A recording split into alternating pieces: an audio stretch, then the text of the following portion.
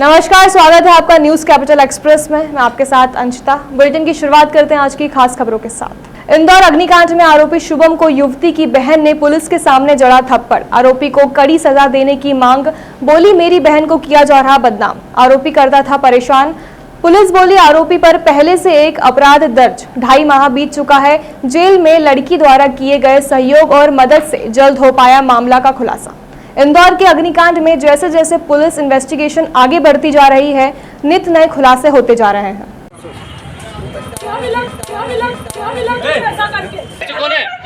अरे महिला क्या मिला तुझे? इसको तो फांसी से भी ज्यादा सजा देना चाहिए। उधर से बढ़िया चलो,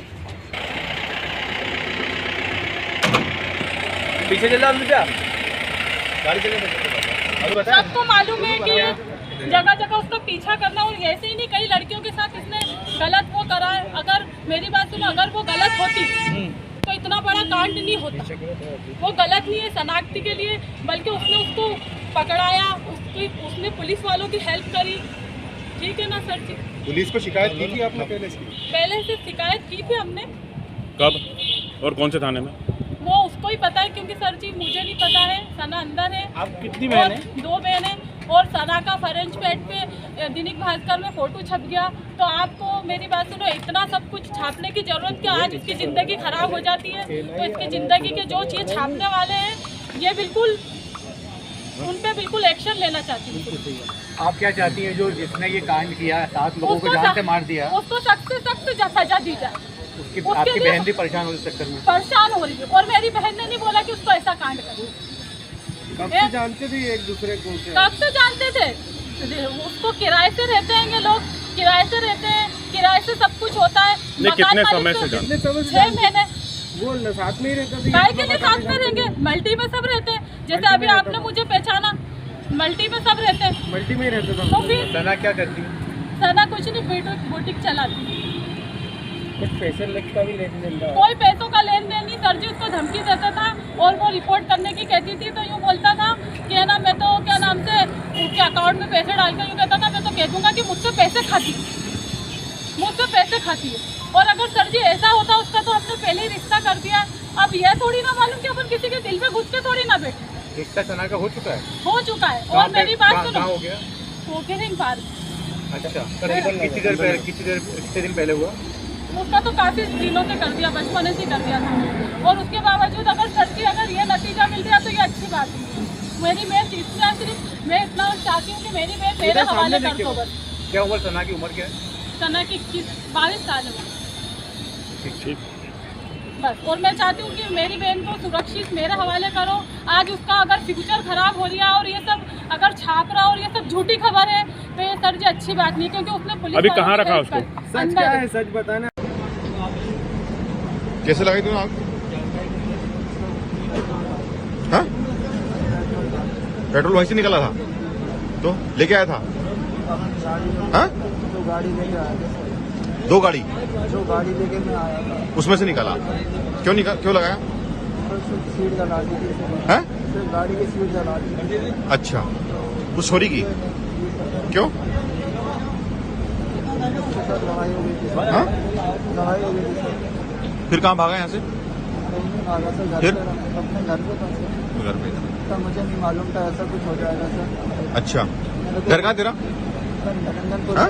नंदनपुर में सर किराए से रह रहा था। नंदनपुर? निरंजनपुर। नंदनपुर कहाँ है ये? निरंजनपुर। निरंजनपुर किराए से रहता। क्यों, क्या दिक्कत है इस छोरी से? हाँ? सर लड़ाई हो गई थी सर। किस बात पे? सर ऐसी बात सर, ड्रॉप कर।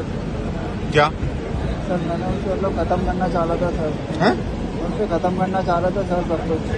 उसको, लड़की को? नहीं सर, वो लड़की से सारे रिश्ते खत्म करना चाह रहा था सर। फिर? वो सब पीछे पड़ी थी। क्या बोल रही थी? बार पैसे मांगती थी सर। अच्छा, हाँ सर। कि तुम मांग रहे थे उससे पैसे? नहीं सर, मैंने तो सर उसको दिए ही, मैंने कभी नहीं दिए सर। वो मांग रही थी? हाँ सर। किस बात के? कभी कुछ दिला दो, कभी कुछ दिला दो। हाँ। और सर बाद में पता चला कि अभी जो पूछताछ हुई है इसमें ऐसी किसी घटना से इनकार करता है, लेकिन आपराधिक रिकॉर्ड के नाम पे एक रिकॉर्ड इसका है जो एडवाइजरी कंपनी से जुड़ा हुआ केस था पुणे का। उसमें इसकी दोस्त का ऐसा कहना है कि खाता इस्तेमाल हुआ था जिसमें इसको भी पुणे की पुलिस ने आरोपी बनाया था। बाद में ये करीब 2.5 महीने जेल में रहने के बाद जमानत पे वहाँ से छूटा था। बाकी जो ये तथ्य बता रहा है उनका सभी का सत्यापन किया जाएगा और पुलिस अपने स्तर से भी इसका रिकॉर्ड नेशनल जो अपना पोर्टल है उससे सर्च करेगी। इसके फिंगरप्रिंट इत्यादि भी सर्च किए जाएंगे। वो आगे इन्वेस्टिगेशन में चीज़ें सभी की जाएगी। हैकर ने ये मैकेनिकल इंजीनियरिंग का पढ़ाई किया था, लेकिन ये काम चूँकि पूरा कर नहीं पाया था। ये नॉर्मली कॉल सेंटर टाइप का ही जो भी काम किया वो किया है और टेक्निकल अभी हैकर इत्यादि होने के संबंध में। स्वास्थ्य शिक्षा मंत्री विश्वास सारंग का बयान, WHO और राहुल गांधी ने मिलकर किया षड्यंत्र। मध्य प्रदेश के स्वास्थ्य चिकित्सा शिक्षा मंत्री विश्वास सारंग आज गांधी मेडिकल कॉलेज की नई बिल्डिंग में पेडियाट्रिक डिपार्टमेंट की जांच करने के लिए पहुंचे। साथ ही उन्होंने बताया कि बहुत ही जल्द सुल्तानिया से मैटरनिटी विभाग भी ये शिफ्ट कर दिया जाएगा। इसके साथ ही विश्वास सारंग ने कहा कि WHO ने जो कोरोना वायरस से मौत के आंकड़े दिए हैं वह भ्रामक और झूठे हैं, क्योंकि अगर हिंदुस्तान से सही आंकड़े को देते तो वह हम दे रहे हैं। उन्होंने कहा कि इससे भी ज्यादा भ्रामक जानकारी बिना किसी तथ्य के हमारे देश के बारे में दुनिया में नहीं देनी चाहिए। WHO, IMR, MMR के आंकड़े तो वो देता है जो हिंदुस्तान उसे प्रोवाइड कराता है, परंतु कोरोना के जो डेथ है उसमें अपने आप कोई मैथमेटिकल कैलकुलेशन लगाकर उसको बहुत ज़्यादा बढ़ाकर दिखाया गया, जिसकी हमने खंडन किया है सभी देश के स्वास्थ्य मंत्रियों ने। परंतु इसमें एक दुर्भाग्यपूर्ण पक्ष और भी है कि अंतर्राष्ट्रीय स्तर पर हो सकता है कोई हमारे खिलाफ षड्यंत्र कर रहा है, पर राहुल गांधी जैसे नेता इस षड्यंत्र में शामिल हो जाते हैं और वो ट्वीट करके WHO की रिपोर्ट को ही सेकंड करते हैं, उसका समर्थन करते हैं। वो बातें जिसमें हिंदुस्तान का मान और सम्मान पूरी दुनिया के सामने हमें बढ़ाना है, उसमें हिंदुस्तान को नीचा दिखाने की कोशिश की जाती है। और इसमें जब हम देखते हैं तो ये पूरा का पूरा एक सीक्वेंस बनता है। WHO की रिपोर्ट आने के 2 दिन पहले राहुल गांधी नेपाल जाते हैं और वहाँ पर चाइना के लोगों से मिलते हैं। 2 दिन बाद WHO की हिंदुस्तान की कोरोना की मौतों को लेकर गलत आंकड़े की रिपोर्ट आती है और उसी दिन राहुल गांधी उसके समर्थन में ट्वीट करते हैं। तो क्या ये इस पूरी साजिश में कांग्रेस और राहुल गांधी शामिल हैं? हमने पूरी ताकत के साथ सभी देश के स्वास्थ्य मंत्रियों ने WHO की उस रिपोर्ट का खंडन किया है और कहा है कि जो सरकार ने कोरोना के समय आंकड़े दिए थे वो अलग अलग राज्यों के आंकड़ों को समाहित करके ही प्रस्तुत किया गया था। और हमारे हिंदुस्तान में बहुत ही फूल प्रूफ सिस्टम है मौत और जन्म की रजिस्ट्री का, उसमें कहीं भी कोई भी दिक्कत नहीं हो सकती।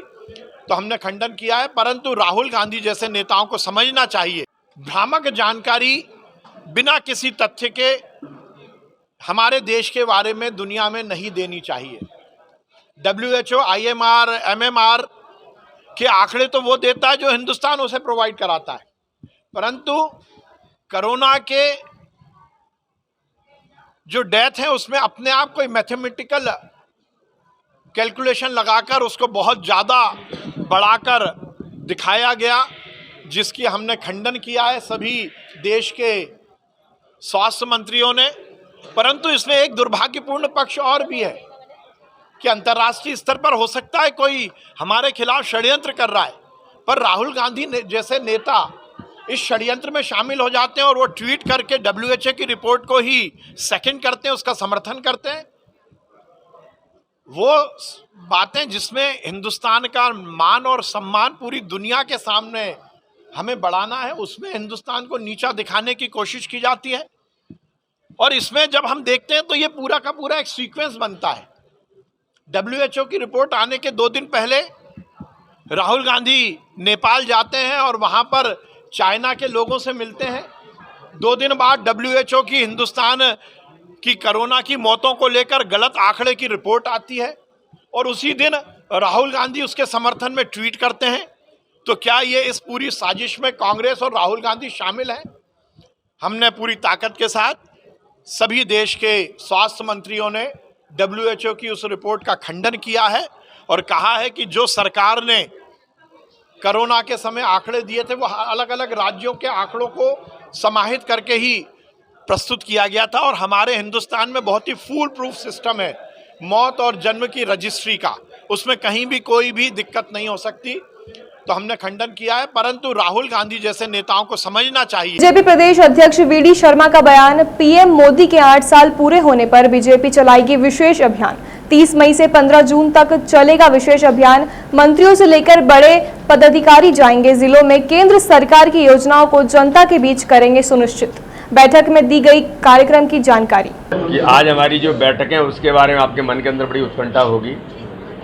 भारतीय जनता पार्टी मध्य प्रदेश, जैसे आपको ध्यान में कि हम लोग समय समय पर हमारे अभियान कई प्रकार के समय के अनुकूल जिन चीज़ों को हम लोग करते रहते हैं, चाहे संगठनात्मक कार्य का विस्तार और काम के सुदृढ़ीकरण की भूमिका में, जैसे प्रदेश की और अलग अलग प्रकार की बैठकें होती हैं, तो इसी प्रकार से हमारे ज़िले को, जो प्रदेश ज़िले के हमारी जिला पदाधिकारियों के साथ एक छोटा समूह हमारा जो बनता है, जो पूरे संगठन काम को लेकर हमेशा अपने उस दिशा में अपनी भूमिका में रहते हैं, ऐसे ज़िले के प्रमुख कार्यकर्ताओं की बैठक अभी हमने आज दिन भर कुछ जिलों की बैठकें चलेंगी, कल कुछ जिलों की बैठकें चलेंगी, फिर शेष बचे जिलों का फिर हम उसकी शुरुआत करेंगे। ऐसे सभी जिलों के साथ जो हमारी ज़िले की लीडरशिप है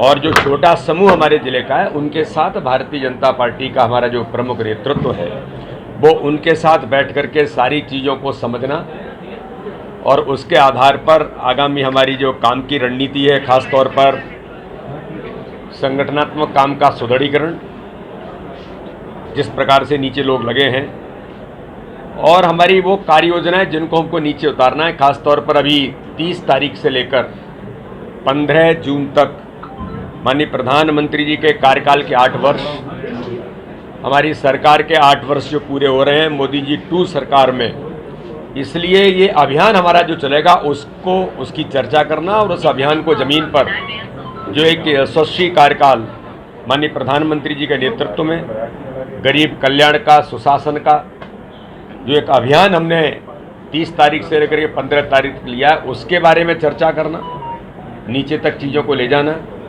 तो इस प्रकार से कई प्रकार की चीज़ों को लेकर अपने ज़िले के कार्यकर्ताओं के साथ आज हम डिस्कशन करने का हमारा प्रयास जारी है और कुछ ज़िले आज होंगे, कुछ कल होंगे और बाद में जो शेष बचे ज़िले हैं उनको अलग अलग समय तय करके उनके बारे में तय करेंगे। अब ये पता नहीं आपको कहाँ से जानकारी मिली, कहाँ का है, लेकिन भारतीय जनता पार्टी हमेशा से, मैंने कहा ना, हम कैडर बेस्ड ऑर्गेनाइजेशन है।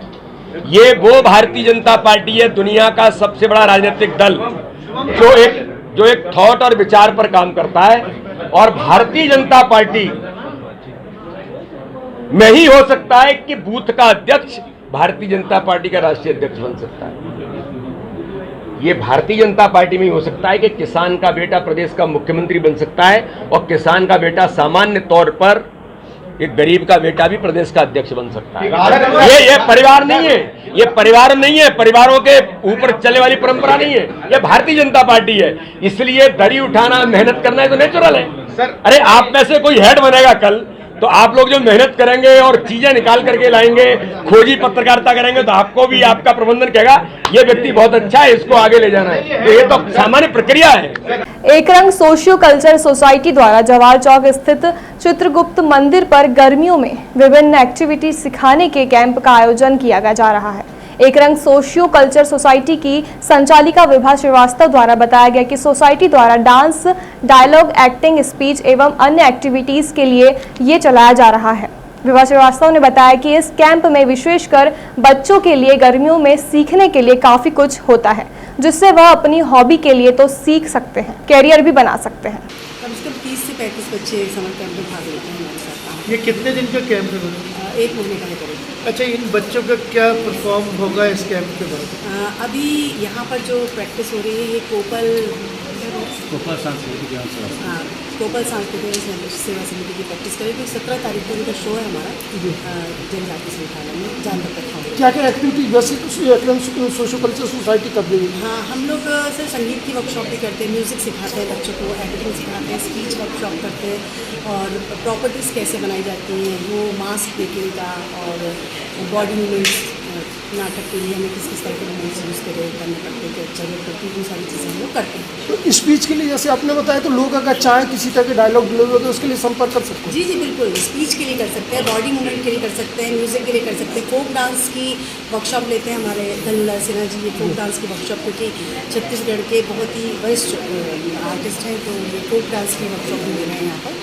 तो ये सब सारी चीज़ें हम लोग लेके जाते हैं। कई लोग जैसे चाहते हैं किसी तरह का प्रोग्राम करना चाहते हैं अपने ग्रुप को, अगर किसी तरह से ट्रेंड करना चाहें कल्चर एक्टिविटी में तो आपसे संपर्क कर सकते हैं? बिल्कुल बिल्कुल बिल्कुल आ सकते हैं हमारे पास, हम बिल्कुल सब लोगों को हम तैयार करवाते हैं। ये कहाँ पर रहता है अपना सोशल कल्चर एक्टिविटी का प्रोग्राम? ये चित्रगुप्त समाज है, जवाहर चौक में चित्रगुप्त समाज मंदिर, उसका हॉल है, उसके अंदर हम लोग आज करते हैं। मतलब जवाहर चौक ये कहा जाए कि भोपाल के सेंटर में पब्लिक ट्रांसपोर्ट है, आने जाने की सुविधा पूरी हुई है? बिल्कुल, गेट के बाहर से बसें मिलती हैं और गेट के बाहर ही आते हैं बच्चे और गेट के बाहर से निकल जाते हैं, बिल्कुल गेट के सामने ही हमारे पास। मैम क्या उद्देश्य है समर कैंप लगाने का? समर कैंप का सर सबसे बड़ी बात है कि अगर थिएटर कोई बच्चा करता है तो ग्रूमिंग बहुत होती है। आजकल बच्चे जो कॉन्शियस हो रहे हैं, डिप्रेशन में जा रहे हैं, वो सारी चीज़ें नहीं होती। बच्चे जब यहाँ पर आ जाते हैं तो वो खुलने लगते हैं और खुल के फिर काम जब करते हैं, एक दूसरे से बातचीत करते, बहुत सारे बच्चे मिलते हैं, एक ही जैसी विधाएं कर रहे हैं, एक ही जैसा काम कर रहे हैं, तो उन लोग के अंदर की जो झिझक वगैरह वो सारी चीज़ें हट जाती हैं। मतलब ओवरऑल पर्सनालिटी डेवलपमेंट के लोग आपके पास आ सकें? बिल्कुल बिल्कुल सर। बीजेपी सतत जनता के बीच रहकर कार्य करती रहती है। उसी का ये परिणाम है कि जीरो से आज कई राज्यों और केंद्र में बीजेपी की सरकार बनी है। ये लगातार सतत जनता के बीच रहकर ही कार्य करना भाजपा की शैली है। लाल सिंह आर्य। भारतीय जनता पार्टी का एक कार्य पद्धति है जिसके हिसाब से पार्टी समय समय कुछ न कुछ कार्यक्रम करती रहती है। 1951 से हमारी जब से स्थापना हुई है, हम पार्टी की बैठकें, पार्टी का प्रवास, संगठनात्मक गठन, उसकी रणनीति और आने वाले आते उसकी रणनीति, तो कुल मिलाकर बैठकें करेंगे तो स्वाभाविक कार्य करने में कभी कोई कठिनाई आती है, जनता क्या सोचती है, सामने देख के और क्या अच्छा किया जा सकता है संगठनात्मक स्तर पर। जैसे अभी बूथ तक हम लोग गए और क्या किया, सब इस प्रकार की रणनीति कहीं ना कहीं बैठकों में बनती है और ये भारतीय जनता पार्टी का एक कार्य पद्धति का अंग है। मैं अभी बैठक में गया नहीं हूँ सर, सामने देख के, और जब बैठकें होती हैं तो स्वाभाविक है हर पहलू पे बातचीत होती है। पर सर आप गवाले चंबल संभाग से आते हैं, बीजेपी को नुकसान उठाना पड़ा था उस संभाग से भी, कई जगहों से भी। सर लगता नहीं 2023 में भी कुछ एक रणनीति बनाई जाए इस तरह से कि गवाले चंबल संभाग पे फतेह हासिल कर सके? सर किस तरह की सर भ्रम और झूठ और षड्यंत्र ये लंबे समय तक नहीं चलते हैं।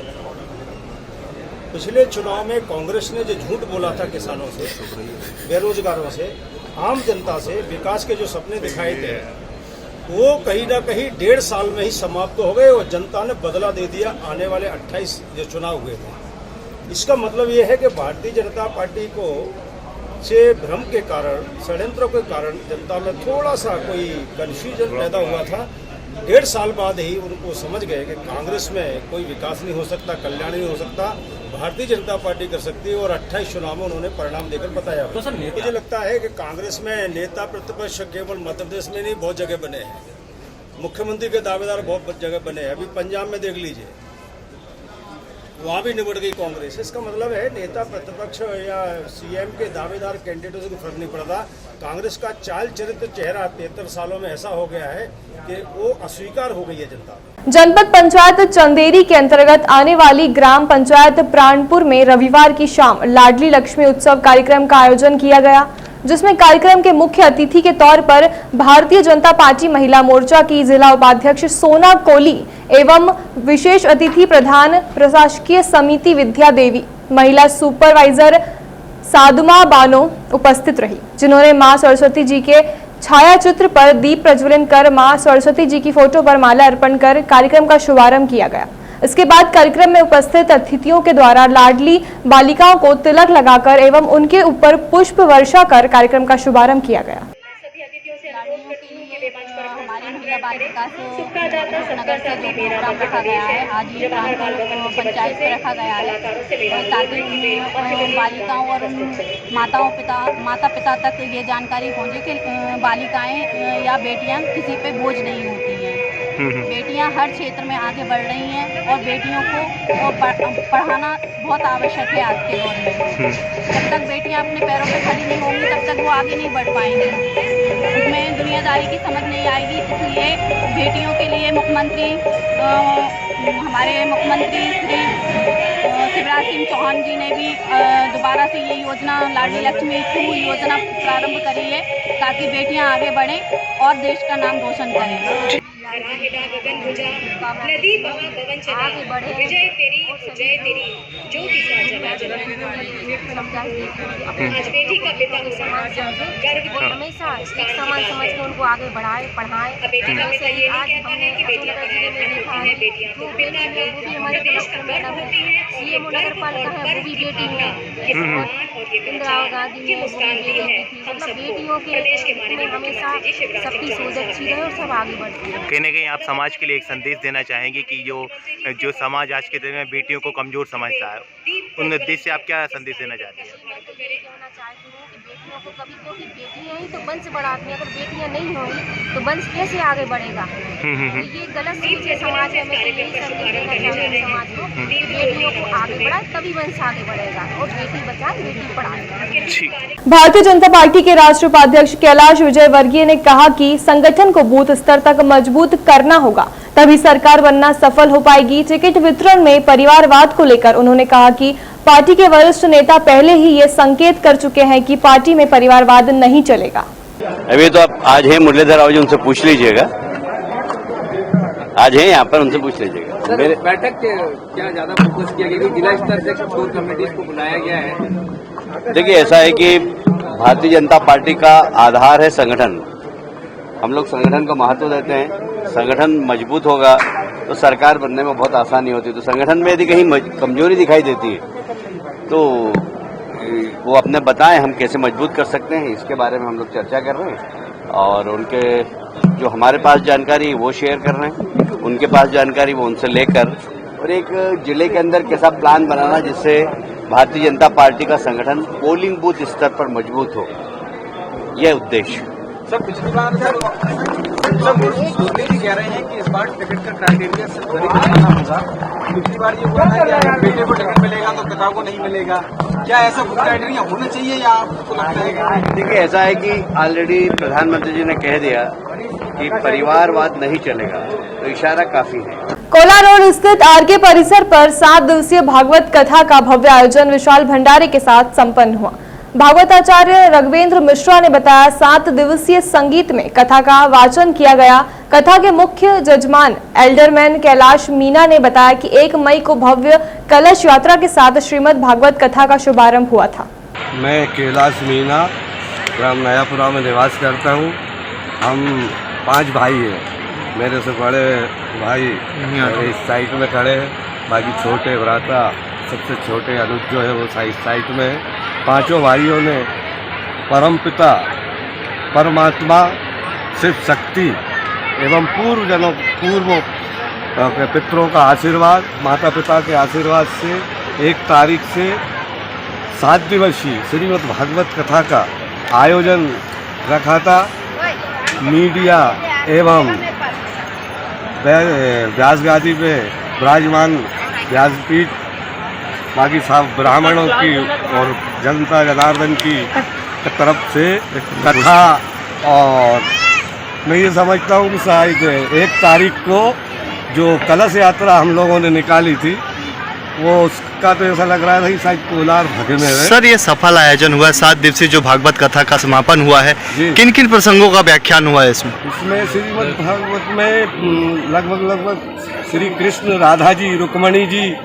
कथावाचक कहाँ से आए थे? कथावाचक टीकमगढ़ से। सबसे मुख्य अतिथि कौन कौन है यहाँ पर आए? मुख्य अतिथि में माननीय विधायक जी रामेश्वर शर्मा जी और क्षेत्रीय नेता भी लगभग पूर्व जिला पंचायत अध्यक्ष जैसे मखमल सिंह। कितने साल से कर रहे हैं? हमने यहाँ पे घर पे तो पहली बार किया ये तो कार्यक्रम। भागवत कथा करने का उद्देश्य क्या है आप? कुछ नहीं है, देखिए हम लोगों ने, मैं बता दूं आपको, बद्रीनाथ जी, द्वारका जी, जगन्नाथ जी, रामेश्वरम, आपका ये क्या कहते हैं कुरुक्षेत्र और पुष्कर जी, विभिन्न स्थानों पे हो, जहाँ आपकी ये गणेश नगर है, कोलू खेड़ी, धामनौत, इन जगहों पे जहाँ एक्सीडेंट वाले जो स्थान थे उस जगह पे भी युवाओं को क्या संदेश देना चाहते हैं? युवाओं को संदेश ये देना चाहते हैं कि हम लोगों को धार्मिक कार्य करते रहना चाहिए। कि धार्मिक कार्यक्रम तो सबसे मूल बात तो ये रहती है कि बहुत उसमें यूनिटी बनती है, सब एकता की ओर रहते हैं, एकता से वो होता है। ये लगभग 3-4 बजे से इसी प्रकार पंडाल भरा हुआ भंडारा चल रहा है। आगे भी जब तक चलेगा, जब तक चलाएंगे। उसके बाद में राधा रानी की जय जय राधे होगी, वो आगे भी करते रहेंगे, करेंगे हमें। फिलहाल आज की खबर में इतना ही। देश दुनिया की तमाम खबरों के लिए बने रहे हमारे चैनल के साथ। नमस्कार।